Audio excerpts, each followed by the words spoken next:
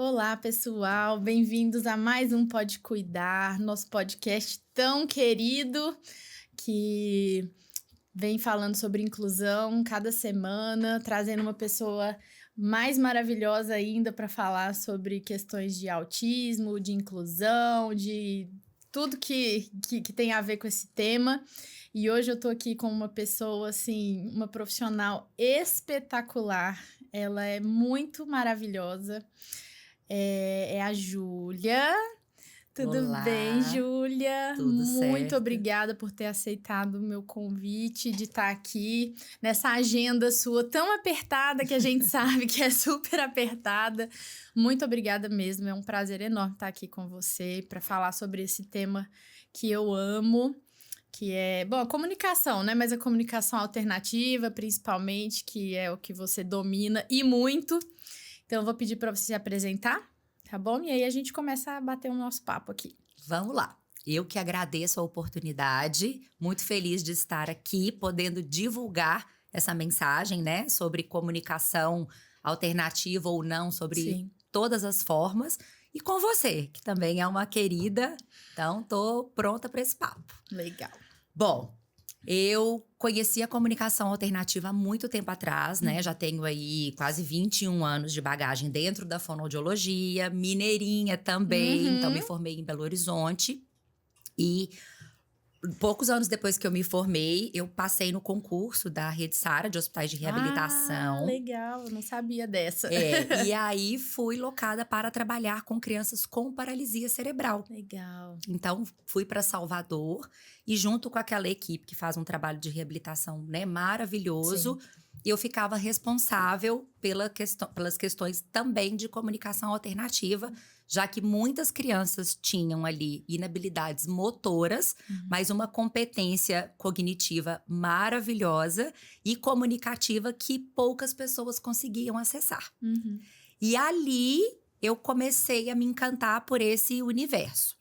Então, a gente fazia um trabalho em equipe que era muito legal, que era eu como fonoaudióloga, uma terapeuta ocupacional e uma professora de artes, aonde a gente, naquela época, né, a comunicação alternativa não tinha hoje a quantidade de recurso que tem, então a gente com um bom e velho board maker, criava pranchas no computador, temáticas, e íamos fazer vivências artísticas com essas crianças, coordenadas pela professora de arte. A Nossa, que terapeuta legal. ocupacional avaliava ali as melhores formas de acesso, então a gente tinha de tudo.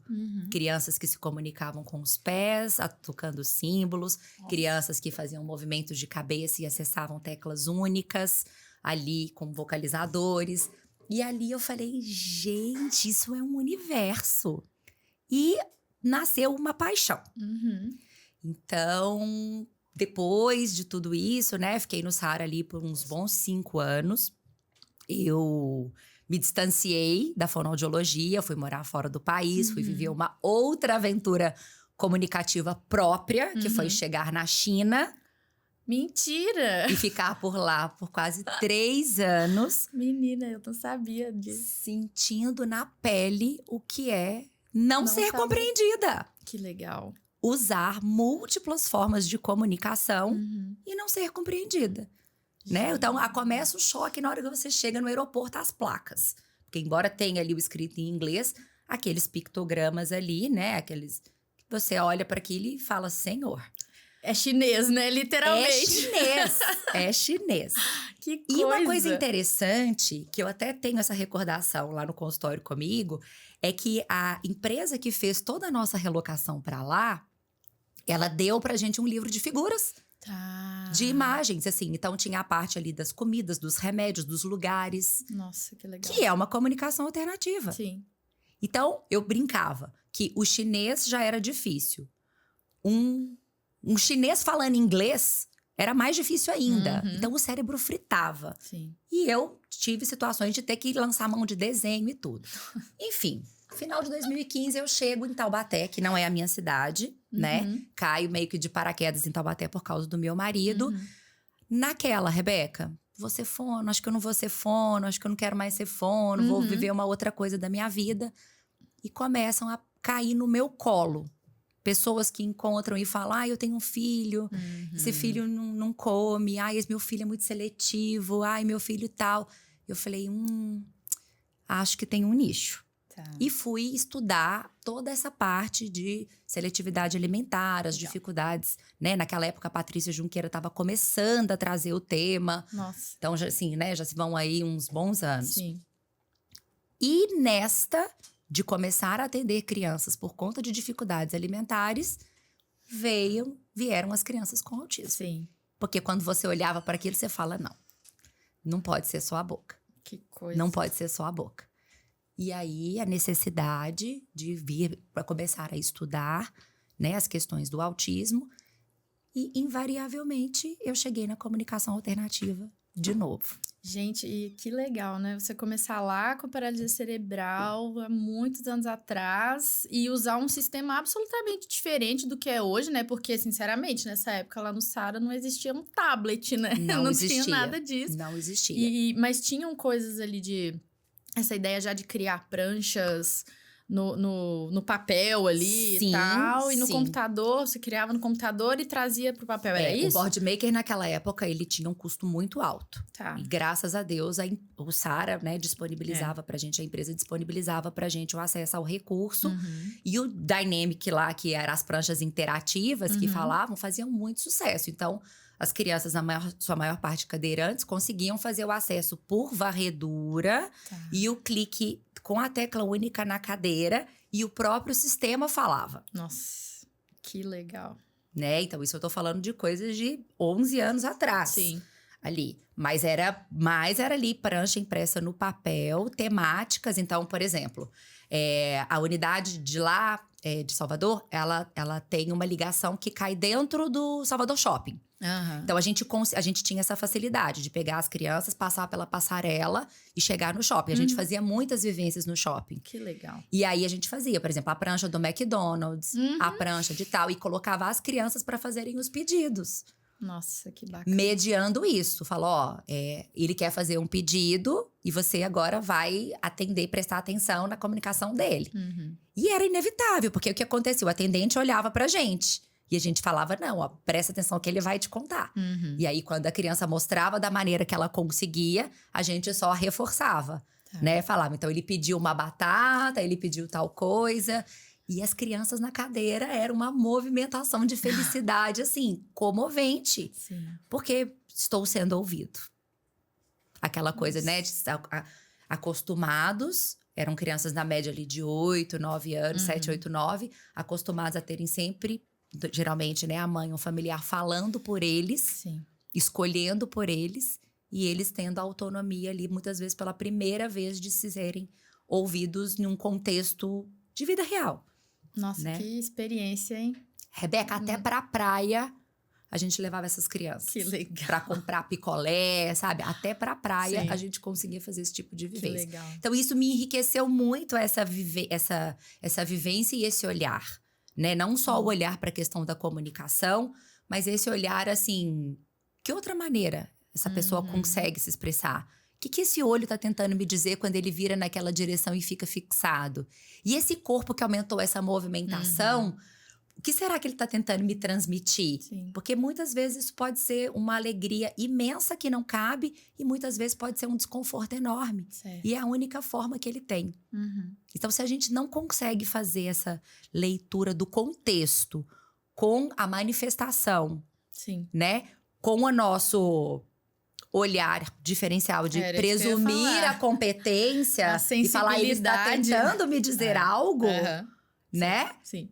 Aí a gente não consegue decodificar ali o que está acontecendo. Nossa, e é tão legal ver que a sua história começou com a comunicação alternativa de um outro público.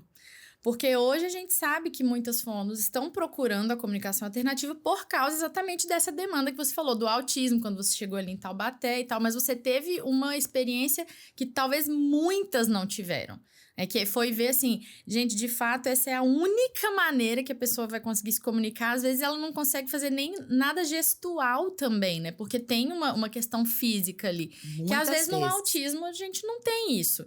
Né? Ele tem todo o aparato físico para conseguir se comunicar. Tá tudo íntegro ali, Sim. geralmente. Mas você não pegou o outro lado, a paralisia cerebral, que traz um monte de Implicações implicações motoras e tal. Isso a sua vivência começou aí, né? Então dá pra apaixonar mesmo muito, né?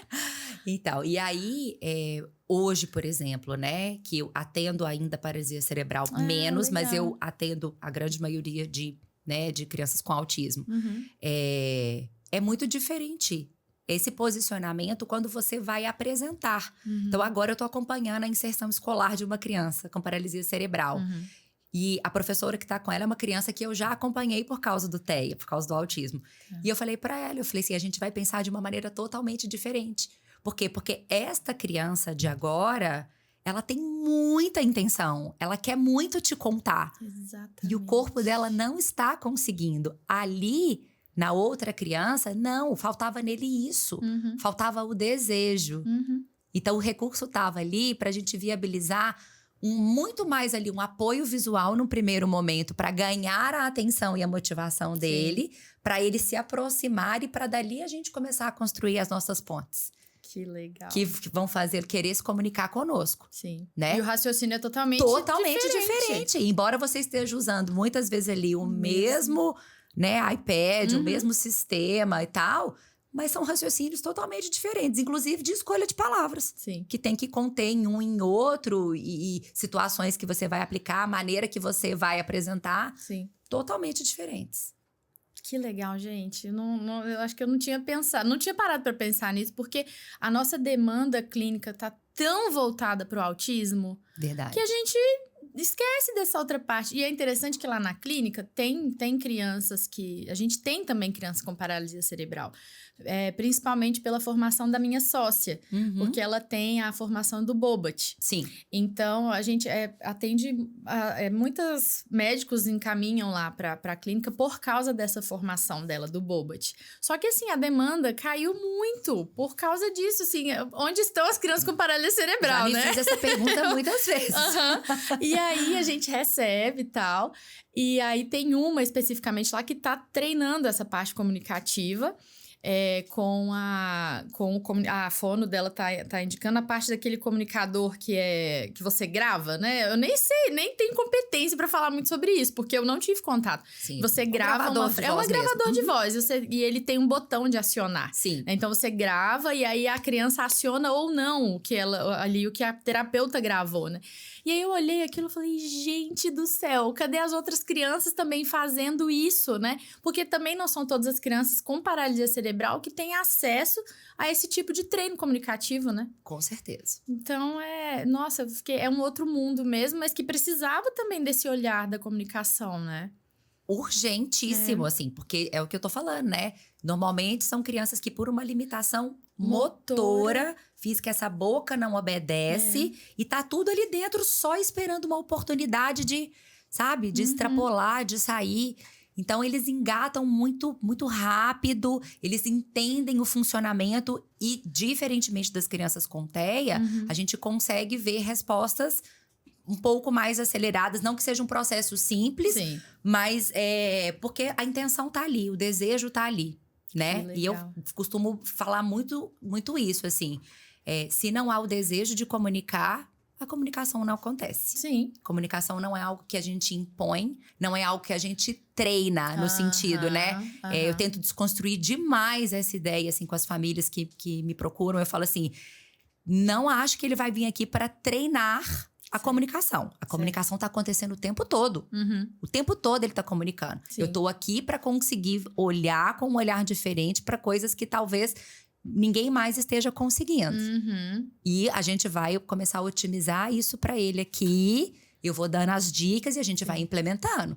Porque achar que 1, 2 horas na semana, o tempo que ele tá aqui comigo, vai ser o que vai, né, torná-lo um comunicador eficiente? Não vai. Sim, talvez o treino que a gente fala é o treino da estratégia, né? Treino para ele ser funcional ali naquilo que a gente está propondo, que pode ser um tablet, pode ser um gesto, que pode ser um comunicador, pode ser isso e aquilo. O treino é em relação a isso, mas a comunicação está acontecendo, deveria acontecer o tempo todo, Ô, né? Rebeca, e eu tô com um caso agora muito interessante de uma criança de 8 anos, né? Então, ele é tem um autismo, né? Nível 3 de suporte.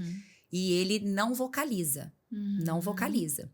E ele já veio para mim com um sistema já de alta tecnologia. Ele já tava ali com um iPad e tal. E eu, literalmente, assim... Hoje, o meu processo comunicativo com ele tem uns 2 meses que a gente tá junto. Ele é todo corporal, gestual e visual. Que legal. E ele começa a pegar a minha mão... Coloca a minha mão em cima do que ele quer, agora que ele tá começando a fazer isso. Mas um olhar extremamente comunicativo. Tá.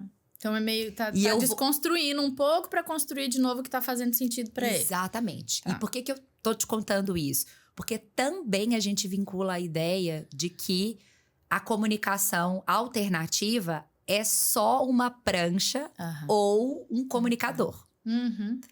Mas quando eu entendo que esse seu aceno de cabeça está me comunicando que você está concordando, né? Que se eu começar a olhar aqui para o café e fazer assim, a pessoa vai entender que às vezes eu quero mais um pouco.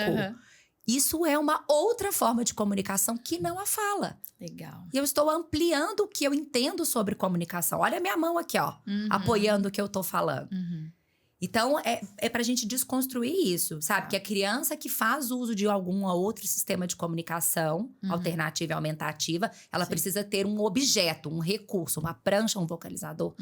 Então, com essa criança especificamente, a gente tá fazendo um trabalho muito corporal. E aí, ele gosta muito de letras e números. E tem um sistema, né? Que eu não vou nem me atrever a falar o nome ao entrar nele, porque para mim ainda é novo, mas que é uma prancha alfabética ali e que a criança vai tocando. E que eu comecei a brincar com letra e número e ele começou a pegar a minha mão e colocar nas letras para eu formar a palavra. Nossa. Aí deu o clique, eu falei, esse pode ser o caminho. Tá. Porque como eu ainda não consigo acessar se ele tá conseguindo ler, se não tá conseguindo ler, gosta muito e tal. Mas ele tá pegando o meu dedo e tá colocando. Às vezes eu não preciso todo daquele processo de figura com saída de voz, que pode incomodar muitas vezes, né? E ele vai ter uma outra forma, que é a formação de palavras para se comunicar. Que legal. Não, eu fico pensando... às vezes eu tenho uma crítica atual, assim, de como as coisas estão acontecendo em relação a isso, que falou em comunicação alternativa, pensou em tablet, TD, Snap. É assim, direto, né? E eu sei que não é só assim. Então, eu tava conversando com outra fono e eu perguntei pra ela, assim, por que as pessoas que têm a dificuldade de comunicação geralmente não usam mais gestos? Por que não se pensa tanto em treino de gestos? Que eu fiz uma formação que veio dos Estados Unidos, que é um protocolo baseado no ABA, e ele chama Essential for Living. Então, para aqueles casos bem severos mesmo, com muitas dificuldades, e que propõe, assim, o que é essencial para viver? O que a gente precisa dar para essa pessoa para ela ter dignidade, ter uma vida ali, né, digna, uma vida que você consegue se comunicar minimamente. E eles falam no protocolo deles que existem mais de 40 formas de comunicação alternativa. Aí eu falei, mais de 40? Meu Deus, né? Ainda tem que ler muito esse protocolo, porque ainda vou te falar que eu ainda não consegui avançar muito nele, não. Mas uma coisa que eles apostam muito são os gestos. E aí eu perguntei pra fono, por que a gente não usa... Por que esse não é uma via tão escolhida hoje em dia pelas fonos? E aí a resposta que ela me deu foi que quando a gente usa gestos, acaba que não é uma interpretação universal ali. Porque eu vi nesse protocolo, né, eles mostraram um vídeo que a criança, ela queria se comunicar falando que ele queria pedir um chocolate. E aí a mãe conseguiu identificar que quando ele fazia era um negócio assim, era algum gesto bem nada a ver com chocolate, mas ela identificou que era como ele pedia chocolate. E era mesmo. Ele fazia e ela entregava, e aí ele tava pedindo de fato chocolate.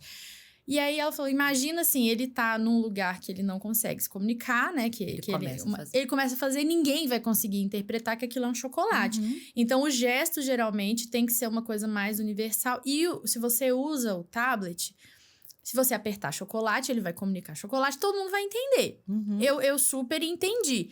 Mas eu queria saber o que você pensa disso também, dessa parte, assim, do gesto. O que você pensa disso tudo?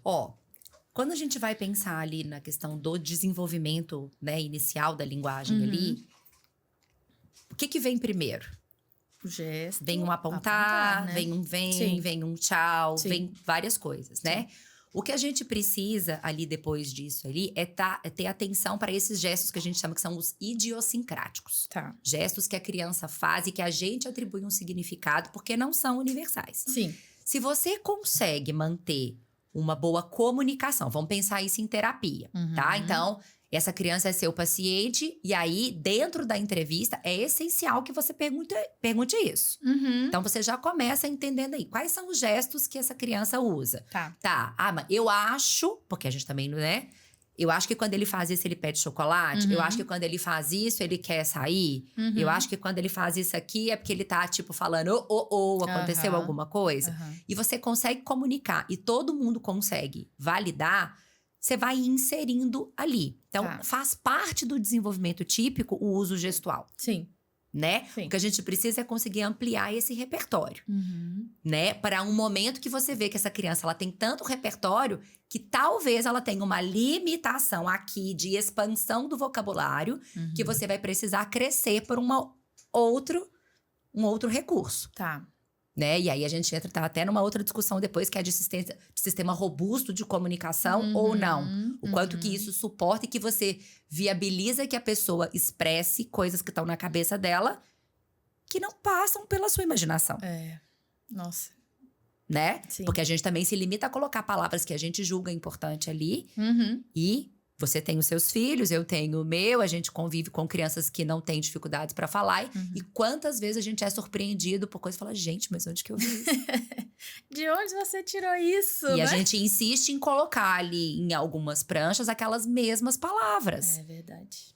Então a gente limita, né? E aí a questão do gesto, de fato, ela tá muito à mercê da interpretação e da validação do interlocutor. Sim. Mas isso vai acontecer com qualquer meio de comunicação que você quiser. Tá. Porque também se a criança tiver uma prancha impressa, onde ela tem o símbolo do chocolate, da banana, sei lá, alguns itens comestíveis, como a gente vê muito por aí, e ele começa a apontar aquele símbolo, você não sabe se ele quer comprar chocolate, se ele comeu o chocolate, se ele quer comer o chocolate, se ele tá pedindo pra você pegar o chocolate. Ou se ele odeia o chocolate. Ou se ele detestou aquele chocolate. Sim, é verdade.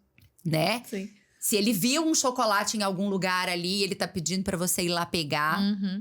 Então, assim, esse tipo de limitação a gente vai ter independente do meio. Tá. Eu, pessoalmente, sou uma pessoa que invisto muito em gesto. Legal. Por quê? Porque o meu corpo tá comigo o tempo inteiro. Sim. Eu não vou depender de nada externo ali pra conseguir mostrar. Foi isso que eles falaram nesse protocolo que eu fiz. O corpo tá ali. Então, a pessoa não tem que carregar uma coisa a mais pra comunicar, Eu né? posso te contar uma outra experiência enquanto eu tava fora do país? A gente estava na Tailândia e o meu marido começou a sentir uma dor horrível nas costas. E aí, a gente lá, a mesma coisa. Vamos tentar buscar um hospital, tal. Nossa. Chegamos no hospital, ele entrou com a mão aqui, mancando. Encaminharam ele para a ortopedia do hospital na Tailândia. Eu, com o meu inglês, né, chiquérrimo, pedi, falei, please give me a paper. Pedi o papel e desenhei a via urinária Porque eu não sabia como falava rim, como falava pedra no rim. Desenhei a via urinária e apontei e falei, eu acho que é isso aqui. E era pedra no rim. Ai, gente. Eu lancei mão de uma comunicação aumentativa e alternativa que tirou meu marido de uma crise renal. Que coisa, gente. Muito legal. Então, assim, quando você começa a ficar atenta a isso, Sim. quantas vezes eu estava numa sessão com uma criança, sem um dispositivo eletrônico, sem uma prancha pensada para aquela intervenção, e eu simplesmente peguei uma folha A4 e comecei a desenhar o passo a passo para dar previsibilidade e organizar, com bonequinho de palito, e o simples fato de eu nomear o que estava acontecendo naquelas imagens que eu desenhei foram suficientes para organizar aquela criança. Legal. Eu lancei mão de uma via alternativa para me comunicar com aquela criança. Sim. Então, eu acho que é uma expansão de pensamento sobre como a gente enxerga esse conceito. Né? De que é um conjunto de ferramentas, de fato, que eu vou lançar. Que pode ser uma prancha, que pode ser um eletrônico, que pode ser o meu corpo, que pode ser um desenho no papel, que pode ser uma mensagem que eu vou escrever aqui pra você e vou falar, tipo, falta 5 minutos. Tudo isso eu estou comunicando. Tá. Mas você tem essa sensação de engessamento? Tem. Que agora é só uma coisa é outra, uma coisa assim, né? Autismo, tablet, autismo, tablet. E a gente passa por isso, assim, com as próprias metodologias, né? Sim. Porque quando lançou uma metodologia, aquela metodologia funcionava para todo mundo. Aí começaram a surgir outras, e aí ia falar, não, agora ninguém quer saber mais desse, agora todo mundo quer saber desse. E, na verdade, é o quê? O que funciona para aquela pessoa. Sim. É o bom e velho raciocínio clínico que a gente tem em relação a muitas, né, a muitas outras demandas, que não a comunicação. Sim. Então, assim, tem família que me procura e fala, você vai colocar alguma coisa, mas já tem tantos meses que ele tá, ainda não implementou. Falei, gente, implementação, ela é um processo. Ela pode durar meses, ela pode durar anos. Por quê? Porque hora eu vou usar isso, hora eu não vou usar. E porque não sou eu que tô me comunicando com ele por meio disso. Porque é ele que tá entendendo como que ele vai usar aquilo para se comunicar comigo. Sim. Essa é a diferença de pensamento, né? Quantas vezes eu vejo ali um tablet como um demandador. Ou como um sinalizador do que pode ou que não pode ser feito. Você, não, se jogar no chão, não jogar no chão. Não é você que tem que comunicar com ele naquele momento ali. Aquilo ali é pra ele, de repente, te mostrar. Estou jogando no chão, estou cansado, estou com fome, muito barulho, estou com frio. Sim. Mas cadê a nossa leitura para esse comportamento? E aí a gente começa a entrar na parte, né, de análise aplicada. Sim. Do antecedente pro comportamento. Porque eu vou fazer depois, ué. Sim, com certeza. O que levou ele àquele comportamento que eu posso disponibilizar para ele e falar, nossa, eu acho que você ficou chateado. Já tá perto da hora do almoço. Será que você tá com fome? Será que hoje, já deu pra você? Eu cliquei no já deu, eu já fiz aqui, eu mostrei com o meu rosto. Se ele pegar e falar, fez assim com a mão, eu entendi. Sim. Eu não preciso voltar ali e falar, você está me dizendo que já deu, aperta pra mim o já deu. Ele já me comunicou. Ele já contou, né? Pra que pedir 5 vezes pra ele falar a mesma coisa, tipo, né? tecla confirma, né? Confirma. É confirma. verdade. E a gente pede isso, né? A gente pede isso sim, É gente. muito difícil não fazer desse jeito. É verdade. É muito difícil não fazer desse jeito. Menina. Meu Deus. A orientação inicial das famílias que chegam no consultório, que eu passo pra eles, é o quê? Se policie. Tá. Menos perguntas, mais comentários. Legal. Aí a família chega, a criança chega da sessão, a família fala assim, e aí, como é que foi hoje? Eu falo, a pergunta. Ai, meu Deus, é mesmo. Eu falo, você brincou com a tia Júlia, que legal. É um comentário. Legal.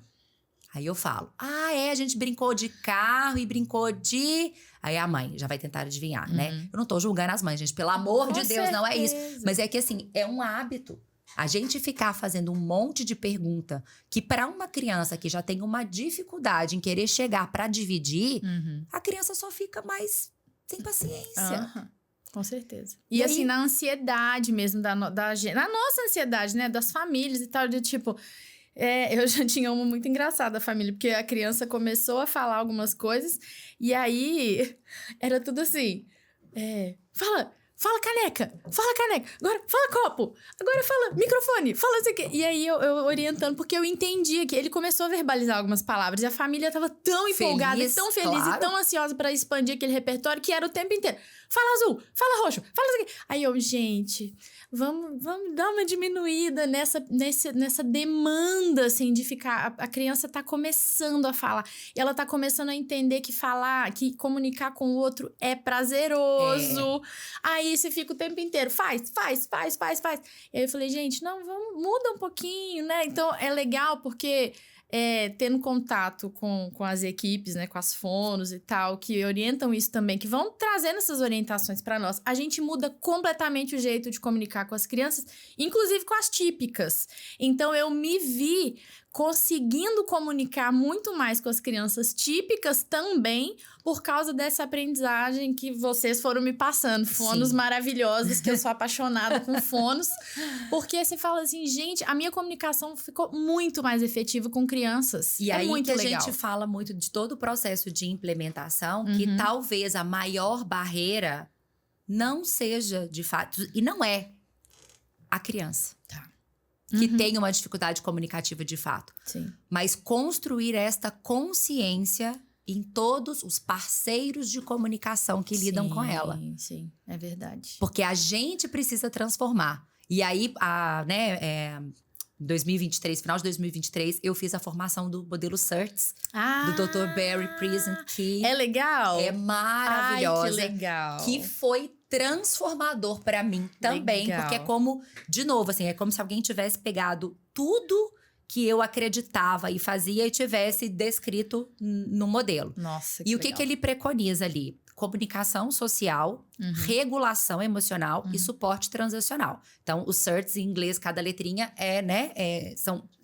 tem esse significado. E aí você pensa, dentro da comunicação social, o que você quer que essa criança avance? Entendendo que, para ela comunicar, ela tem que estar bem regulada. Sim. O que regula essa criança, tá? E dentro do que regula essa criança, no suporte transacional, eu vou pensar, então, que estratégias eu vou lançar mão.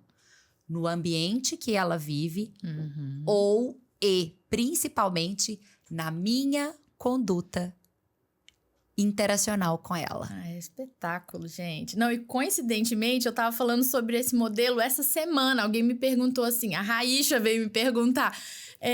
o que você acha do modelo e tal? Eu falei, gente, eu acho um espetáculo do que eu sabia superficialmente. Agora você falando isso só confirmou, assim, Foi transformador, né? Você já leu o livro do Dr. Barry, Não. Humano à Sua Maneira? Não. Então tá aí, ó, a leitura. Aí, ó, bota aí. Leitura essencial, Humano à Sua Maneira. É tocante, é comovente, Que legal. é transformador. Tá. O nosso olhar.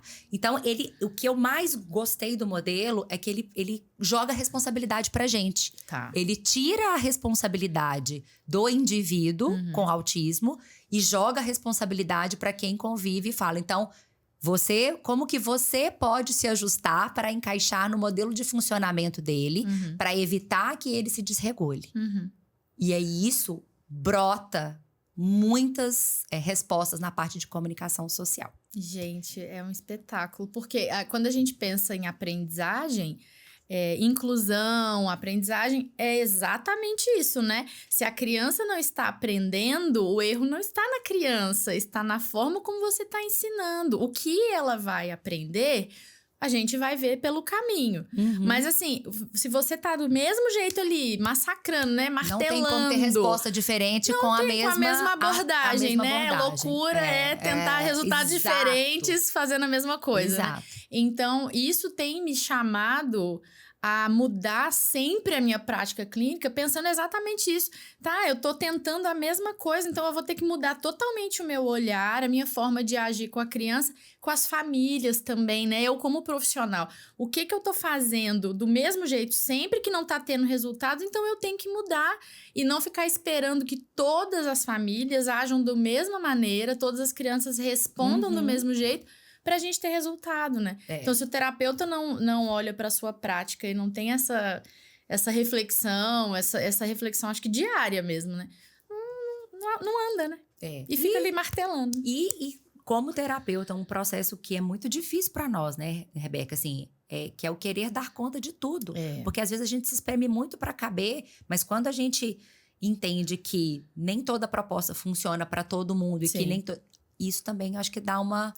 Mas falando sobre essa questão do modelo, ela me ajudou muito a entender a necessidade dessa questão do uso de figuras para a questão de previsibilidade, sabe? Assim? Sim. E isso eu tenho tentado levar muito agora para as escolas que eu tenho visitado, para as equipes que eu tenho colocado. E ontem foi muito bonitinho, porque é uma turminha de crianças de 3 anos. E eu, né, que da menininha que eu falei que eu tô fazendo a coisa. E eu cheguei, já tava rolando ali uma atividade, e na hora que eu entrei na sala, o coleguinha virou pra mim e falou assim: cadê o comunicador dela? Que fofo. E eu falei, boa pergunta. Olhei pra ela e falei, cadê o seu comunicador? Não sou eu que tenho que colocar o comunicador. Cadê o comunicador? Né? Mas ele já associou a minha presença. E nós fomos pro parque, e na hora que nós estávamos no parque, o comunicador dela estava comigo, mas todas as crianças estavam tendo a oportunidade de escolher a brincadeira, e a gente pulava, e a gente caía no chão e falava, ai, morri, né? Porque de cansaço. E aí ela deitou também e tudo, e tava a professora auxiliar e a estagiária. Eu falei, gente, é sobre isso. Que lindo. Isso aqui é a verdadeira inclusão. Todo mundo também está usando a forma como ela se comunica. E todos estão brincando juntos. A inclusão não é trazê-la aqui para perto e deixar ela sentada observando os colegas. Mas é tentar trazer os colegas para brincar com ela de uma brincadeira que ela consegue.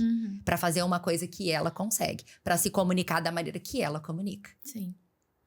E isso não prejudica, muito pelo contrário, em nada ninguém. Se você tem dentro de uma sala de aula, sei lá, de repente em todas as mesinhas, em todas as paredes, como você tem a organização da rotina, como você tem os números, como você tem o alfabeto, porque toda sala de aula tem isso. Por que não você ter uma prancha lá que seja de palavras essenciais ou minimamente que fala que algo está errado? Para uma criança de 2, 3 anos que está aprendendo a lidar com as emoções, poder falar como ela se sente no dia. Não, isso é perfeito, porque a gente entra... Eu entrei outro dia numa sala, assim, né, de ensino infantil, e aí as paredes estavam absolutamente cheias de imagens. Mas não nesse sentido, era assim, era o alfabeto, era os números de 1 a 10, né, geralmente aquele padrãozinho mesmo. E aí, uma imagem assim... do que não podia fazer. Não podia morder, não podia, né, sei lá, fazer o quê. Mas era isso que tinha. Então eu falei, gente, vocês já usam, né, imagens para organizar minimamente essa turma. Por que não colocar mais possibilidades, né, expandir isso? Porque isso não é uma grande mudança. Tem coisas que são muito simples de fazer e que vão mudar a vida, né? E o que eu não entendo é assim, se começa isso aí desde lá do berçário, se a escola já adota isso como uma prática, desde do berçário. Estão lá as imagens, estão lá as emoções, estão lá e tudo. E o professor, enquanto ele está conversando, ele está mostrando a imagem tal. Em que isso atrapalha quem vai ser falante? Agora, o quanto que isso ajuda quem não vai ter a oportunidade de falar, ser oralizado. Então, você já começa a fazer um trabalho de familiaridade com isso aí e de múltiplas possibilidades comunicativas, entendeu? Aí você fala, não, aí de repente tem que chegar uma fonoaudióloga para dentro da sala para poder explicar. Gente, essa é uma realidade. Essa é uma realidade. Entendeu? Você tá vendo, tá abarrotado aí de aluno de inclusão, entendeu? E por que nada tá sendo feito nesse sentido? Vamos começar a olhar lá para frente, não vamos esperar o aluno chegar para ter que mudar. Vamos começar a adotar isso como conduta da escola. É curricular, a comunicação ali, tá vendo? É inerente, tá ali o tempo todo, independente da maneira que ela vai acontecer. É verdade. E a tecla, né? O mantra que eu falei que isso ainda vai virar uma tatuagem no meu corpo. Presuma competência, porque toda semana eu levo uma bofetada na cara de uma resposta que eu não imaginava, ainda já trabalhando todos esses anos, já tendo esse mantra. Eu sou surpreendida por ações e comportamentos porque a gente julga que por ter uma deficiência, um transtorno, ou simplesmente por não ser oralizado, por não atender os comandos quando a gente fala, Sim. que aquela criança não tem potencial para muita coisa. Então a gente vai sair daqui agora, a gente vai lá tatuar. Então, porque a gente vai tatuar junto. Vamos tatuar então, junto? Vamos. Presuma competência, você não sabe do que ele é capaz. É até verdade. que ele dê conta Sim. de te mostrar. Agora, se você não acreditar nisso, Sim. e principalmente eu falo para as mães, você tem que ser a pessoa que mais vai acreditar no seu filho. Porque se você não acredita no potencial, não sou eu, fonoaudióloga, que vou levantar a bandeira aqui e ficar falando sozinha. Você tem que acreditar nisso antes de qualquer pessoa. Sim. E aí a gente vê quantos casos que hoje a gente tem aí exposto na internet, né? De famílias que bateram o pé, que brigaram com médicos, que brigaram com equipes. Não, ele vai dar conta, eu vou fazer e tal. E aí falou, milagre. Foi alguém que acreditou, foi alguém que investiu. Sim. Eu recebi a Paula aqui, acho que há uns 2 episódios atrás. E ela falou isso. Ela falou que em uma das consultas que ela foi, não lembro se foi uma fono, mas foi um profissional da equipe que falou com ela claramente: o seu filho jamais vai falar. Jamais. E aí ele começou a falar com 8 anos. Então. 8 anos. E ela falou, gente, sabe o que eu fiz? Com essa pessoa? Eu simplesmente não fiquei com ela. Porque como que você vê uma criança de 2 anos e já presume absolutamente tudo que ela vai ou não vai fazer? O que ela pode ou o que ela não pode fazer. Que ela não pode. Você não sabe disso. Então, assim, realmente ela seguiu, foi procurando ali profissionais que de fato abraçavam ali a causa, né? Que deram suporte para ela e tal. E foi. E aí, com 8 anos, ele começou a falar. E aí, essa pergunta ela é inevitável, né? Eu acho que toda família que pisa no consultório, passado ali o período de avaliação, que a gente consegue fazer um acolhimento ali, é o que elas me perguntam, né? Ela fala, mas você acha que ele vai conseguir falar? Sim. E eu respondo a mesma coisa. Pergunta de milhões. Não sei essa resposta. Sim. Não posso te dar essa resposta. E essa é a melhor resposta que você pode dar para nós todos, né? Ele vai fazer isso? Gente, eu não sei. Não sei, de verdade. Vamos trabalhar para isso. Vamos trabalhar para isso, né? Mas eu não tenho como te responder isso. E se alguém responde algo diferente disso, já é um sinalzinho, né? De assim, opa, vai. Não, ele com certeza vai. Ele com certeza não vai. E é para qualquer coisa, né? Na verdade, não é só para fala, né? É para qualquer coisa. Para qualquer coisa, né? E quanto mais eu vejo agora lá, né, no Cuca Kids, no espaço lá em Taubaté, que eu vejo a oportunidade de tirar essas crianças de 4 paredes e levá-las para fazer atividades mais contextualizadas ali, né? Então, eu tenho lá um cantinho que tem um cachorrinho, que eu falo que até catar caca do cachorro, eu tenho umas caquinhas de plástico. Mentira! Que eu coloco, eu ponho o saquinho, até isso eu coloco. E é muito legal, porque às vezes é numa situação totalmente inusitada que uma criança de 5 anos vai soltar o seu primeiro ECA. Né? Que vai fazer alguma coisa. Então, assim, você vai acreditando que aquela criança é capaz de fazer coisas. Você vai permitindo que ela faça, e aí quando você vem uma vocalização, vem um pedido de continuidade, porque talvez é ali que ele vai falar para pedir mais, ou que ele vai pedir para pegar aquele brinquedo, porque ele achou aquela brincadeira tão divertida, porque foge totalmente do que a gente está acostumado a ver em terapias. Né? Que ainda, né, assim, tem os momentos para isso, mas que ainda é muito, vamos montar um quebra-cabeça, vamos encaixar as formas, vamos classificar os animais. Mas, assim, vamos trabalhar com animal? Então, eu escondi os animais na grama. E aí, cadê? Nossa, aí eu mostro a imagem. Agora a gente vai procurar esse bicho grande, faz um barulho alto. Pô, eu tô trabalhando compreensão. Eu tô dando pra ele ali o apoio da imagem. Ele vai sair ali em loco pra procurar no meio das plantas. Olha que vivência. Olha que vivência, que legal. E aí, às vezes, nossa, tá tão mais sonoro, tô escutando tão mais. Nossa, viu uma diferença? Mágica? Não. Eu fico pensando nisso, nessa questão da experiência. Como que as crianças que acabam fazendo bastante terapia ficam restritas de experiências, às vezes, se a gente não sai um pouquinho da caixa. Porque a gente sabe das agendas das crianças, né? Que hoje em dia... E não vou falar nem só das atípicas, não, né? Eu tenho pacientes que, assim... crianças típicas que de segunda a sexta tem uma atividade estruturada ali, tem que fazer o inglês, o tênis, o balé, o não sei o que, né? Tudo.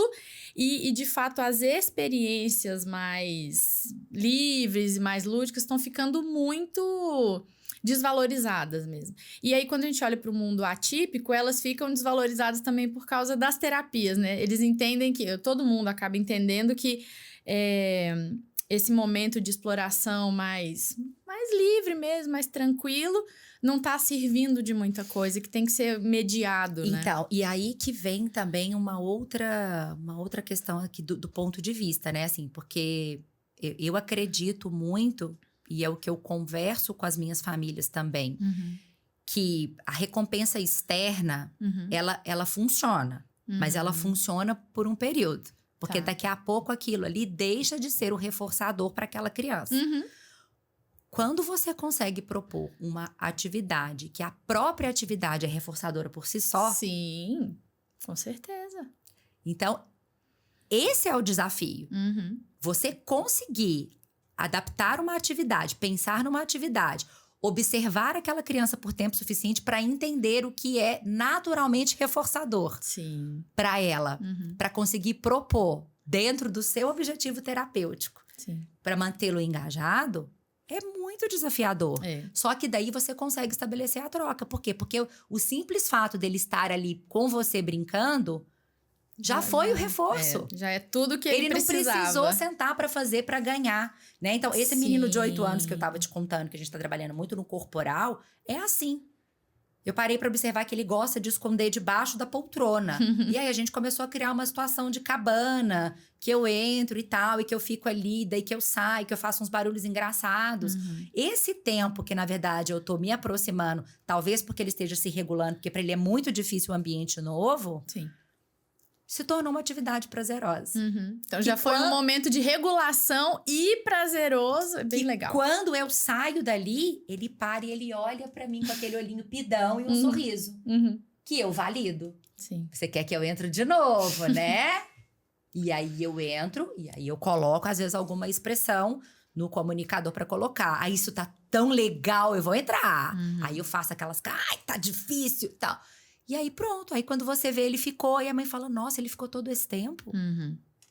Ele fica correndo pra lá e pra cá, ele ficou, porque a própria atividade foi o reforço. Não foi algo externo também que precisou vir. Né? Então assim, eu acho que a gente também pensar um pouco sobre isso. Porque às vezes a gente... tem crianças que têm questões mesmo, que têm mais dificuldade de permanecer, que a gente tem que lançar mão de outros recursos. Sim, com certeza. Mas com essas vivências que eu tenho conseguido oportunizar, eu tenho meio que provado isso assim, entendeu? Que a coisa vai acontecendo de uma forma mais natural nesse sentido. Né? Sim, com certeza. Nossa, isso é muito bacana. E tem muito a ver com esse mundo que a gente vive aí da infância mesmo, né? Essa questão lúdica, e tem que ter esse olhar, né? De trazer esses treinos, essas possibilidades para fora, né? De levar para fora. Eu amo lá na clínica essa questão do nosso gramado. Lá tem gramado, tem tanquinho de areia, a gente tem hortinha, vamos olhar planta, vamos... Olha que riqueza de avaliação sensorial que você consegue fazer ali. Tipo, eu vou te apresentar o meu quintal. Tirou o sapatinho, colocou a criança, quantas coisas. Você vê. Isso aí, pra mim, não tem preço, sabe? Essa questão, a clínica ser do lado de um parque. E aí, a gente consegue levar a criança no parque, eu consigo observar a criança lidando com objetos de parque, assim, né? Como que ela fica num objeto tão comum da infância, né? Ela sempre é levada a um parquinho. Então, eu consigo ver ali como que ela age no parquinho. Para mim, isso é um espetáculo, né? Então, a gente tem que, como terapeuta também... ter essa flexibilidade, né? Porque acho que tem um engessamento, igual eu falei, né? Às vezes, da terapia, da ideia da terapia, né? E aí, não dá pra ter. E aí, muitas vezes, eu vou conversar, né? Com outros profissionais. E aí, eu me posiciono desta forma, né? Eu explico. O meu objetivo hoje, ele é comunicativo. Então, eu quero que ele espontaneamente consiga me mostrar como ele funciona, coisas que ele é capaz de fazer. Então, eu não vou ficar dando demandas, eu não vou ficar entrando com grandes... Eu tô aqui para observar o que ele vai fazer, eu vou validar, eu vou complementar, e aí eu vou me ajustando dentro. Mas o meu objetivo, às vezes, é diferente do seu psicopedagogo, Sim. do seu psicólogo, que precisa avaliar coisas mais pontuais em termos de, né, de conceitos e tal. Então, eu deixo isso muito claro. Eu falo, eu tô querendo ver o que ele espontaneamente ele tá produzindo, como que ele tá buscando, como que ele tá se comportando, o que ele tá fazendo.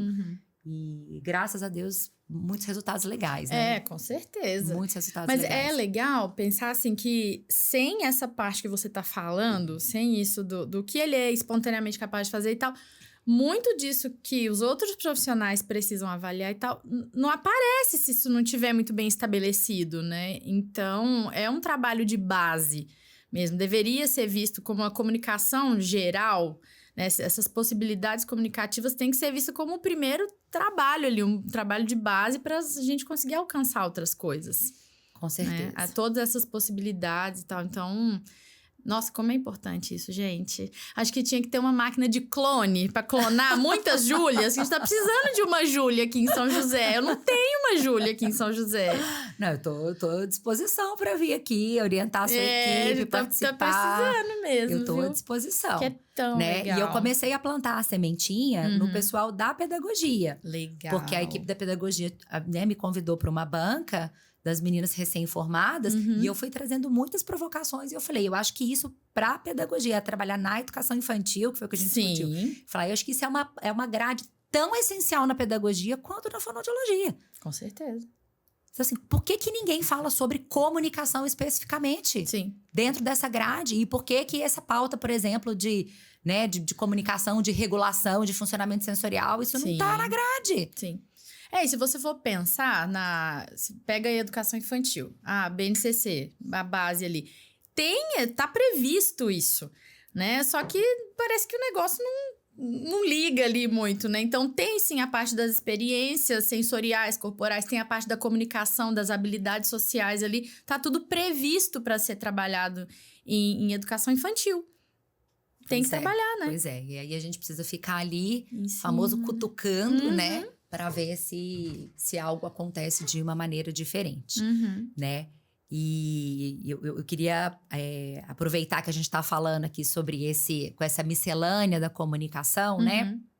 E falar também. Eu acho que é muito importante o meu papel aqui agora para a gente pensar na diferença da questão da fala e da comunicação. Legal. Porque a gente falou tanto sobre a pessoa ser capaz de se comunicar por meios que não a fala, né? Mas pra gente também prestar atenção na qualidade desta fala. Porque, principalmente nas crianças, né, com autismo, a gente tem ali aquelas que falam muito, os repertórios prontos e que não necessariamente têm um sentido comunicativo pra gente. Sim. Que a gente julga, às vezes, como uma fala aleatória, uma fala desconexa ali do que está acontecendo, mas que para aquela pessoa, aquela fala tem um significado. Tá? Então, olhar com carinho para essas falas, para essas crianças e tentar buscar orientação também para aprender a fazer a validação, né?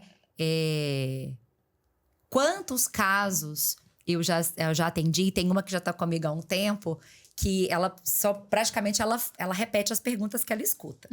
Então, por exemplo, se ela vê essa caneca aqui e ela quiser a caneca, ela vai falar, você quer caneca? Você quer caneca? E, na verdade, ela tá querendo dizer o quê? Eu quero a caneca. Só que ela faz isso com várias coisas. Hoje, já tá fácil, porque tá todo mundo conseguindo entender e tá conseguindo voltar à questão da modelagem, né? Mas por que ela faz isso? Porque é a maneira como ela processa a linguagem. Ela processa essa linguagem por meio desses blocos de fala. Então, para ela memorizar a sentença inteira, é muito mais fácil do que o caminho de ir aprendendo palavra por palavra. E aí, o que muitas vezes a gente faz também, até no automático? A gente devolve a pergunta. Ah, você quer a caneca? Né? Você quer a caneca? E tá dando para ela. Como que eu preciso fazer para essa criança se ela tá repetindo, vamos dizer, sem filtrar o que eu tô falando? Eu preciso falar para ela como se fosse ela falando. Certo. E aí eu vou falar, eu quero a caneca. E aí ela vai repetir o eu quero.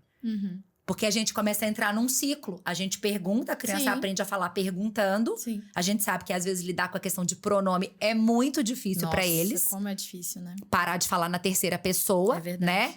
Rebeca gosta de café. Rebeca tá bonita hoje. Sim. Rebeca já brincou. E falar, eu brinquei, né?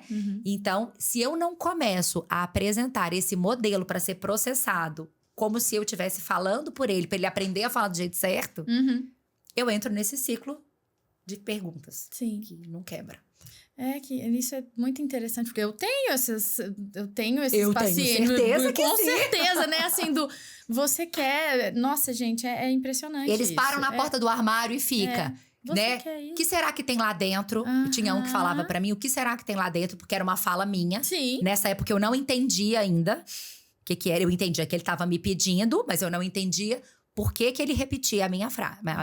E depois eu entendi que pra ele aquilo ali foi muito significativo. Sim. E aí que veio pra mim, que graças a Deus eu consegui casar os objetivos motores de fala, né? Com esses objetivos linguísticos de fala. Com as expressões curtas, eca, ops, uau, que são fáceis de ser produzidas, porque geravam conexão tão forte com essas crianças, essas expressões e essas falas engraçadas, que eram as primeiras palavrinhas que elas começavam a soltar. Que legal. Então, muita narração mesmo. Muita narração. Não a narração futebolística, né? Não, claro que não. Não a narração futebolística. Acho que é importante diferenciar isso mesmo. Porque senão fica lá também, né? A Júlia pegou o copo, Júlia levantou o copo, Júlia bebeu a água. Aí é uma canseira e vamos parar de comunicar aqui agora, que eu não quero mais. Mas é uma narração natural do que você tá falando, né? Do que você tá percebendo, do que você tá lendo. Então, tipo, se ele bebeu água, você deduziu que ele tá com sede. Nossa, que sede! Tá. Você fez um comentário. Legal. E pode ser que ele comece a usar essa fala depois, quando ele tiver com sede. Em vez dele falar, eu quero água, ele vai falar, nossa, que sede! Porque aquilo ali, naquele momento, gerou alguma emoção que ele memorizou aquela fala com aquela situação e ele aprendeu que aquilo tá vinculado ao pedir a água. Isso tem a ver, aí é meio técnico isso, mas eu só queria te perguntar, para tirar a dúvida, é da parte daquela processamento gestáltico? Processamento gestáltico de linguagem. Legal. Que não é só da linguagem, né? Que a gente entende também que essas crianças que têm muitos rituais, né? Como a criança em comum que a gente né, tem, que tem muitos rituais, ele processa dessa forma não só a linguagem, mas todas as situações. Legal. É um modus operandi. Só que quando você entende esse modus operandi e, por exemplo, você começa a dar a questão, o que é regulatório. Então, é a imagem do lobo, é a história dos 3 porquinhos. Você já começa regulando, você consegue ganhar muito mais coisas depois do que você tentar colocar as tarefas para depois dar o objeto. Um reforçador, entendi. Meio que você já começa regulando. Sim. O que faz todo sentido, porque um cérebro regulado vai aprender muito mais. Você já começa regulando, você já sabe que aquilo ali na sua sessão tem que ter. Porque eu tenho algumas que é isso, entrou na minha sala, não fala nem meu nome, mas já quer o objeto X. Sim. Né? Sim. Então, o objeto tá aqui, agora o objeto vai esperar um pouco. Legal. Daqui a pouco a gente pega o objeto. Mas aquilo ali já foi suficiente para ele saber que ele vai ter. O objeto tá ali do lado, ele tá vendo. Né? Então, ele já deu uma acalmada. Legal. Esse modus operandi mesmo de fazer as atividades em blocos. Assim como a fala vem blocada, eles entendem essas atividades divididas em blocos. Dr. Barry também fala muito sobre isso. Eu vou ter que ler esse livro, gente. Vai ter que ler. Sobre o processamento Gestalt. Ele é a pessoa mais, assim... Ele e a Marge Blank. São os 2 autores que falam muito sobre isso. Legal. Porque, assim, tem muita... Bom, acho que tinha, agora não sei nem se tem muito, mas essa parte da ecolalia, né? Muita dificuldade dos profissionais, de todo mundo, eu acho.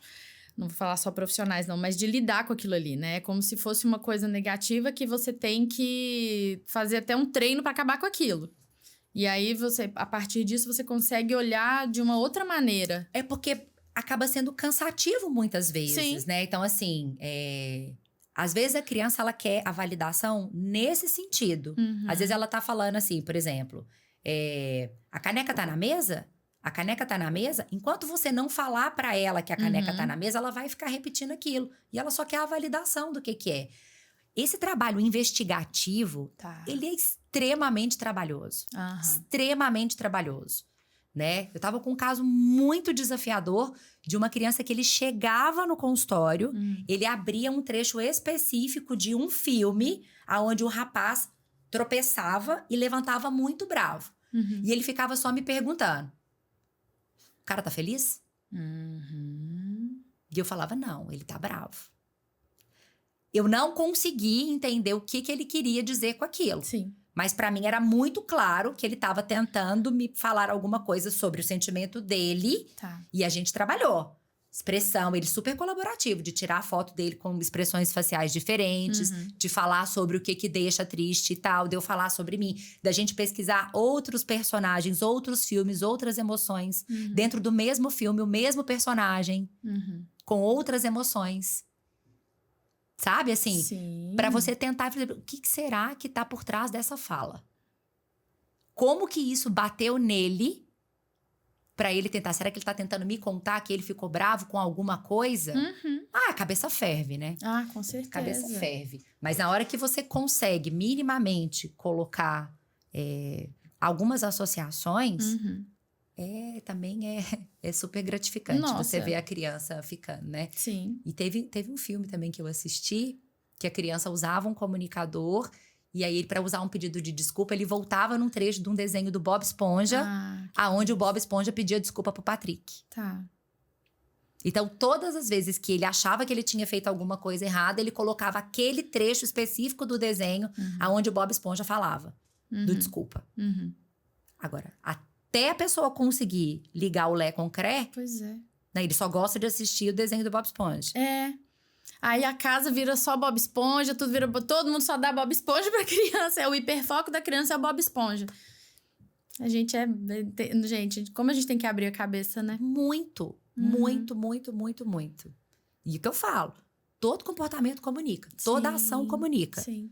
Se ele tá colocando naquele vídeo ali, vamos tentar entender o que tá por trás daquele vídeo. Em que momento que ele viu aquele vídeo pela primeira vez. Quem tava com ele, que contexto que aconteceu.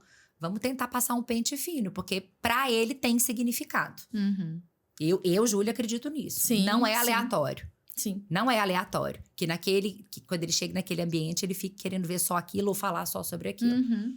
Daí o nosso trabalho depois é o quê? É fazer essa fala ser quebrada em outros contextos para que ela vire uma fala que a gente fala que é mais funcional. Né? Sim.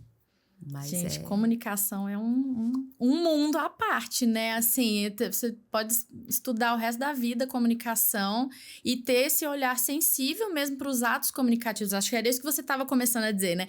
A parte da comunicação é a parte da fala. Exato, porque é exatamente isso. Às vezes aquela fala ali tá... você tá falando, mas ele fala de tudo. Mas efetivamente ele tá sendo compreendido pelos outros. Né? Sim. E o outro ali que pode não estar emitindo som nenhum, não pode estar articulando nada, pode estar te comunicando muito de outras maneiras. Com esse olhar, com esse movimento de cabeça, com essa expressão facial. Então, essa diferença, ela é muito importante. E é legal também falar que não é que a gente vá deixar de lado a fala, se ele tem um ato comunicativo, né? Que não seja a fala, mas que... Com tudo isso, a gente está estimulando a comunicação e que isso pode trazer a fala, né? Isso pode chegar lá. Então, o mito, né, se entra a comunicação alternativa, a criança não fala. Isso ainda existe, né? Muito. Muito, muito. Muito. É um tabu enorme. No intuito de acreditar que aquilo ali vai deixar a criança mais preguiçosa e acomodada. Sim. E no intuito de pensar que, de fato, é o último recurso. Isso, gente, fala sobre isso, por favor. Por quê? Porque parece que, assim, já tentou, já passou com, 5 profissionais, já tentou um monte de método, a criança não respondeu. Agora não tem mais nada para fazer, vamos colocar um recurso de comunicação alternativa. Né? E a Ale Boazzi, ela tem uma... Que trouxe o POD pro Brasil, ela tem uma fala dela que é assim, nunca é tarde, mas quanto mais cedo, melhor. Legal. Então, se você começa a trabalhar a comunicação alternativa sem saber, porque a gente nunca sabe, se aquela criança vai falar ou não, Sim. e ela começar a falar, e aquilo não tiver mais espaço, para aquela função que inicialmente foi pensada, você remodela, vai virar outra coisa ali, entendeu?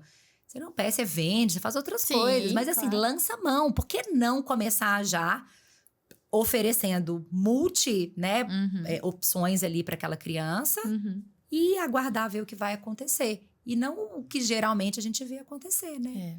É isso, parece que é mesmo o último recurso, esse já tentei tudo, mesmo. Não quero nada, nada funcionou, nada deu certo, então agora eu vou me render à comunicação alternativa. Sim. Né? E pensar na comunicação alternativa também, Rebeca, não só como a forma de expressar, né? Mas assim, o quanto que ela suporta e ampara a parte de compreensão. Gente, nas crianças de transtorno de linguagem, de transtorno de desenvolvimento de linguagem, como isso me ampara? Hoje, até nas minhas terapias de fala, que eu preciso trabalhar o som específico, eu monto pranchas, que a criança vai me ajudando a selecionar as imagens ali com o som-alvo. E elas adoram usar aquilo ali como um recurso, né? Porque tem uma saída de voz diferente, porque a hora é a minha voz, a hora é a voz dela. A hora a gente pega uma pessoa com um sotaque diferente. Então, assim, ele é expressivo, mas ele é, em muitos momentos, interativo. Ele é, em muitos momentos, compreensivo. Ele tem outras possibilidades também. Eu adoro ver quando tem paciente meu que tem ali uma fala ou outra, mas uma coisa muito partida, assim, às vezes muito aleatória, às vezes, e aí entra a comunicação alternativa junto com todas as intervenções e de repente a criança tá usando aquilo ali de uma maneira, assim, com tanta competência, criando frases enormes, que às vezes ela não consegue, de fato, falar aquela frase, ela tem as palavras isoladas, mas não tem... E a comunicação alternativa vem e organiza a frase ali para ela, né? Exatamente, é um organizador que pode ter ali um objetivo mais gramatical, de ajudar nessa sintaxe, ele pode ter um objetivo mais de vocabulário, quando você trabalha... que você faz um arranjo de figuras que você vai trabalhar por categorias e você coloca junto e ele vai estar dando aquele suporte ali para a atividade. Uma outra coisa que eu adoro usar é para a parte de perguntas. As crianças, né, que têm dificuldade de entender a diferença do porquê, e do como, e do quando, e do quem. E você coloca ali, você já coloca as opções, às vezes, de resposta. Legal. Então, aqueles baralhos terapêuticos que a gente coloca, sempre o meu comunicador tá ali com a imagem do quem, como, quando. E eu uso isso muito como um suporte. Legal. Também. E como que você acha que os profissionais... que não são fonos, né? Mas os outros profissionais conseguem se apropriar mais disso? Primeiro passo, eu acho que é vontade. É curiosidade para tentar colocar. Por quê? Porque quando a gente vê, inclusive nós, fonoaudiólogos, antes de qualquer formação, o primeiro pensamento isso é muito difícil, eu não vou dar conta. É muito complexo? É muito complexo, é muita imagem, eu não vou dar conta de navegar nisso aqui, eu não vou dar conta de mexer, né? Ou subestima a criança e fala, ele não vai dar conta. E aí, quando você vê a criança tá lá navegando 5, 6 páginas, porque memória é uma coisa que, geralmente a visual tá muito boa, né? Então, assim, é a vontade de tentar aprender.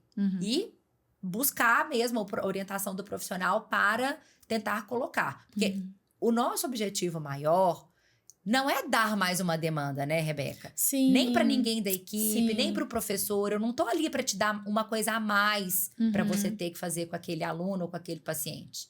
Eu tô ali para te dar uma possibilidade de você ter um aproveitamento melhor daquilo que você já se propôs a fazer. É verdade. Então, assim, às vezes você vai gastar ali um tempo, uns 2, 3 encontros com o profissional que você vai ter que mexer, porque é igual o celular, você troca de um sistema para o outro ali, você não vai aprender se a pessoa só ficar te falando. Procura o ícone tal, clica na página tal. Se você não pegar para fuçar, você não vai aprender a mexer. Então, a vontade, de fato, é o grande... diferencial grande mesmo, diferencial para a pessoa conseguir, né? E aí, é isso, assim... ontem, a professora lá da escola, a equipe que estava lá na escola comigo, me perguntou. Ela falou, mas tem algum curso para aprender a navegar? Eu falo, tem um monte de material que ensina, gratuito no YouTube. A gente pode marcar um dia aqui extra e reúne o grupo de profissionais que estão interessados e a gente faz um workshop prático de vivência. Mas é isso, tem que partir da pessoa. Porque também não adianta eu chegar e falar assim, vem cá que eu vou te ensinar a mexer. Você não tá com o menor interesse naquilo. Eu vou falar, você vai embora, vai pegar, seja o sistema que for, seja o recurso que for, você vai deixar ele ali do lado na pilha ali e não vai mexer. Isso é verdade. Eu tô tendo que mudar um pouco a minha prática, porque assim, eu sou apaixonada por essa questão da comunicação com a criança, da maneira que ela puder se comunicar. Mas a gente tem mesmo que se adaptar. Então, eu tenho pacientes que têm tablet, eu tenho pacientes que têm prancha de papel ali, né? Eu tenho pacientes com várias, tem outros que não tem nenhum nem outro e que eu tenho que tentar me comunicar com a criança ali de maneiras... a gente ainda tá tentando entender como esse paciente se comunica também.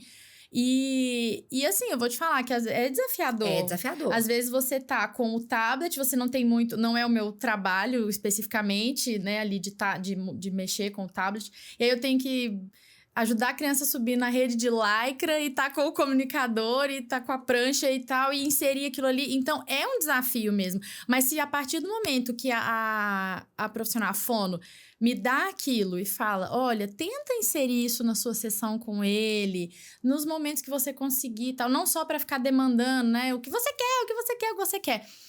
Eu tenho que ter essa abertura, né, para colocar esse item e entendendo que tem esse objetivo de facilitar a minha interação com ele, E eu acho que desprender também da ideia de que existe um único jeito de fazer. Sim. Que o jeito que eu faço é o jeito que você vai ter que fazer. Não.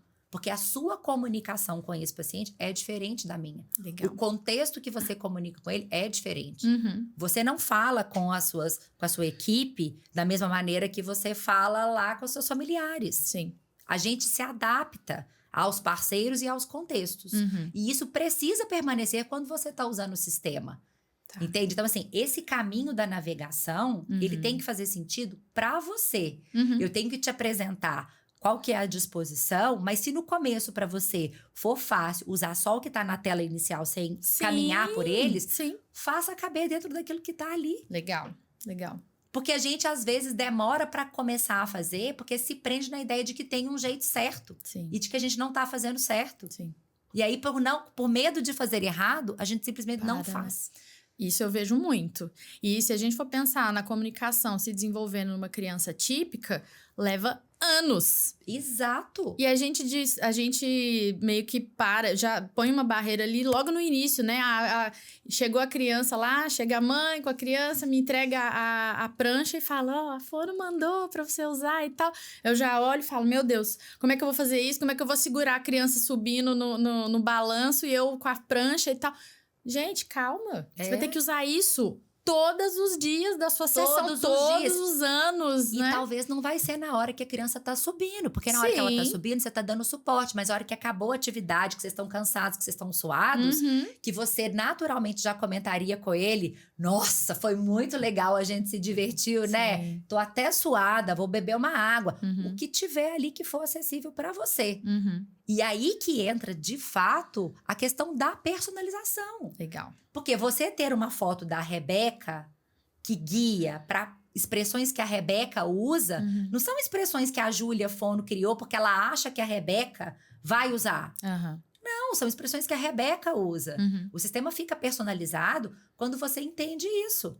Que as expressões que a família usa são uma, que eu uso são outras, que você usa são outras, e que em cada sessão ali vai direcionar para aquela pessoa, para aquele contexto, para gírias ali que são de vocês. Sim, com certeza. E essa complexidade que você está trazendo, assim, você acha que as famílias estão... Lógico, cada um tem seu perfil, mas eles estão abraçando, assim, essa ideia? Você vê eles usando e caminhando nisso? Ou mais os profissionais usam primeiro, depois a família vem? Como que tá esse processo? O que eu fiz uma inversão dos processos, que eu acho que pro meu público fez sentido, tá? Então, eu comecei usando o recurso, mostrando para a família que a criança é capaz, a família sentiu uma evolução ali, para depois começar o processo de capacitação. Legal. Tá. Por quê? Porque quando a família chegava e eu já tentava criar esta consciência até que algo acontecesse, não estava gerando engajamento. Mas a partir do momento que eu fui construindo essas falas, essas cenas visuais, essas pranchas temáticas de coisas que aconteciam na sessão. Então, a princípio, passa essa ideia, mas é só a fono que usa. Mas ali tá cheio de atividade contextualizada que acontece na fono. E muitas vezes a criança chega e ela pede algo que tá no sistema e a família leva um susto. E aí a família fala, nossa, isso deve estar funcionando de alguma maneira. Tá. E aí parte muitas vezes da família, sabe? Legal. Eu quero aprender a mexer, você pode me ensinar. Isso pra mim fez toda a diferença. Tá. Passou a ser intrínseco deles, né? O desejo de aprender e não algo que a fono queria ensinar que a família mexesse. A fono queria que a família aprendesse a mexer. Tá. Mas isso fez sentido Pra você. para a maneira como eu trabalho para as minhas famílias. Sim. E tem famílias que ainda estão no processo, há meses levando, e que a gente ainda não chegou nessa etapa. Por quê? Porque são crianças que ainda correm muito, são crianças que ainda buscam muito questões sensoriais, são crianças que aquilo ainda não está fazendo sentido. Sim. A gente ainda precisa trabalhar muito nessa parte aí do vínculo, né? Não é do vínculo de gostar de ir na fono, não tô falando disso. Da atenção compartilhada, de querer ter trocas genuínas mesmo, para conseguir orientar a família. Isso é tão legal, porque a gente tem mesmo que pensar nas vias de aproximar a família disso tudo, né? E cada família vai responder de uma forma. A gente não tem como desistir também disso, porque não adianta a criança se comunicar só dentro do consultório. Com certeza. Mas se o profissional também fica ansioso e fala, ai meu Deus, essa família, quando que eles vão resolver se apropriar disso, né? Talvez vai demorar mesmo, né? Talvez vai demorar e você vai ter que sustentar isso, falando, não, tá tudo bem, vamos tentar. E assim, né, Rebeca, tem toda uma questão que perpassa por outros pontos, que é de você carregar esse dispositivo. Muitas famílias ainda têm esse olhar, porque vai ver que é diferente, vai ver que não comunica, né? Assim, que toca no emocional também da família. Então, assim, dentro de ambiente de terapia, isso funciona super bem. Mas se eu tiver que ir para um restaurante para levar, aí eu não vou levar. Eu vou me guiar de outras maneiras. Então, assim, essa família já me mostrou de N formas que ela ainda não tá pronta para isso. Sim. Então, porque quando ela entender que aquilo, de fato, tem um papel muito importante porque tá beneficiando, ela vai passar por cima disso. Ela vai querer que aquilo, porque ela entendeu que aquilo fez a diferença. Então, eu invisto mais o meu tempo e a minha energia na construção deste processo. Tá. Eu não sou uma profissional que me cobro, tipo, porque eu pedi à família para adquirir um recurso, eu já preciso treinar todo mundo e disponibilizar para todo mundo para colocar. Não, eu vou tentando ali, como se diz, né? Vou provando a eficiência dele em diferentes contextos. Aí vai para a escola, faz algumas vivências. Às vezes a pessoa precisa ver para crer. Daí quando todo mundo começa a ver que aquilo de fato a criança consegue lançar a mão de alguma forma, fala, então vou começar. É uma forma de vincular a família a você também. E aí que a comunicação com você e com a família começa talvez a se estreitar também, né? Agora isso é muito individual, né? Cada profissional tem a sua forma de conduzir, tem tal. Isso faz todo sentido para mim. Eu também entendo que a gente teve que fazer isso com uma família, assim, de falar... mas por que ela responde com a assistente terapêutica, mas não responde com a gente? Não, então vamos assistir, vamos ver como a assistente terapêutica faz. Propõe. Como ela propõe, como ela age com a criança. E aí, se vocês conseguirem absorver alguma coisa daquilo ali, aplicar, vocês conseguem. Se não, vamos assistir mais. Vamos assistir, não tem problema. Então, a família assistia a sessão da assistente terapêutica com a criança, e aí eles foram flexibilizando um pouco a maneira de enxergar a criança também, porque tem isso, né, a parte do presumir competência, já aquela dificuldade de entender que talvez a criança fosse capaz mesmo de fazer aquilo, e aí eles viram que era capaz e aí flexibilizaram a visão, né? Tem algo mais angustiante do que você ficar no silêncio numa sessão? Você tá propondo uma coisa, a criança não tá te respondendo. A criança, ela tá virando de costas, ela tá ali e tal. Aí você opta, eu vou ficar em silêncio e vou observar. É muito difícil permanecer no silêncio. É verdade. Nós, terapeutas, porque de uma certa forma a gente se cobra porque parece que a gente não tá fazendo nada. Fala, nossa, certeza. parecendo que eu tô gastando o tempo da sessão, Sim. né? Mas às vezes o que aquela criança tá precisando é do espaço para sentir a necessidade ali de comunicar. E é muito difícil. Porque dá ali 1 minuto, 1 minuto e meio, você já falou, então eu vou pegar outra coisa pra gente fazer. É verdade. Então deixa eu ver o que você tá fazendo aqui. Sim. Posso sentar pra brincar com você? Aí, às vezes, você consegue segurar ali, fica, daqui a pouco a criança para e olha, e fala, então você tá querendo me chamar pra brincar, né? Vou aí. Mas é difícil, é muito angustiante lidar com o silêncio. Sim. Acho que lidar com o tempo das pessoas, né? Tenho pensado muito sobre isso, sobre as famílias novamente, que eu sei que a gente precisa ter essa proximidade também com eles, né? Mas qual que é o tempo deles? É igual, é isso. Talvez a gente vai ter que se manter em silêncio por um tempo para a família conseguir olhar para todo o processo de intervenção e falar, não, agora eu consigo me colocar aqui dentro, né? Agora eu consigo participar mais, mas cada família vai ter um tempo também, assim como as crianças têm esse tempo, né? E assim como nós, terapeutas, também temos o nosso tempo de conseguir entender o funcionamento daquela criança, o que funciona melhor e tal. Sim. Não é, se fosse fácil, assim, se um protocolo desse todas essas respostas, né? Que glória, mas não A gente tava usando aí, eu falo Não muito isso para as psicólogas também. Às vezes a dificuldade da vinculação da criança com o profissional.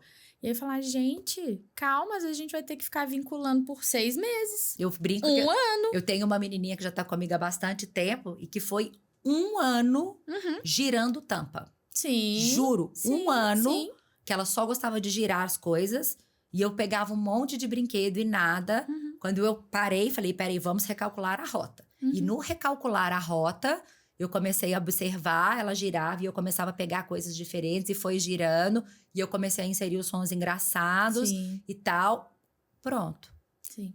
Ali, a gente, de fato, construiu o vínculo. Mas foi 1 ano e eu tive prestes a desistir do caso. Sim. Porque a sensação que a gente fica, nossa, não tô fazendo nada. E a mãe entrava na sessão comigo, a mãe via e eu ficava me cobrando. Falava, nossa, eu não tô fazendo nada. Mas eu tô tentando entender o que ela funciona, tô tentando me aproximar dela para ela ver que eu tô junto, eu tô dando um input aqui, eu tô falando para ela, tô fazendo comentários diferentes, tô validando os comportamentos. Sim. Um duelo de a menina girar mais, começou, eu falei, gente, hoje ela é uma tagarela. Que legal. Hoje ela é uma tagarela. Ai, que coisa linda, gente. Olha, esse trabalho é muito desafiador mesmo, mas é um trabalho, assim, parece mágica, mas não é, né? Mas olha que coisa linda, é muito lindo. Só a gente sabe, né, Rebeca? Só a gente sabe. Os dias de 7 às 10 de aula que a gente fica. Meu Deus do céu, é muito estudo pra girar a tampinha ali com objetivo, né? Fala a verdade, é muito estudo. Então é isso, né? Olha, muito obrigada por ter vindo falar sobre isso. Nossa, é maravilhoso, de verdade. Eu me emociono, assim, porque é muito amor com muita técnica. Então, para mim, isso é o essencial, assim. É muito estudo, é muita bunda na cadeira estudando, com muito amor pelo que faz, né? Então, eu te agradeço muito por ter conversado comigo esse tempo. Se você já aceitar o convite de voltar, ele já tá feito. Opa, tá? com certeza. Porque, assim... O tempo passa e a gente não vê. Olha, 1h30 aí de conversa. O tempo passa e a gente nem vê. E acho que tem muita, muita coisa pra dizer. Eu acho que outro dia você tem que vir aqui trazendo tudo que você tem aqui. Ó. Vamos trazer o tablet, uma prancha. Vamos apresentar tudo. Fazemos vivência, compartilho. Faz tudo, porque assim... eu sei que é um assunto que toca muito as famílias.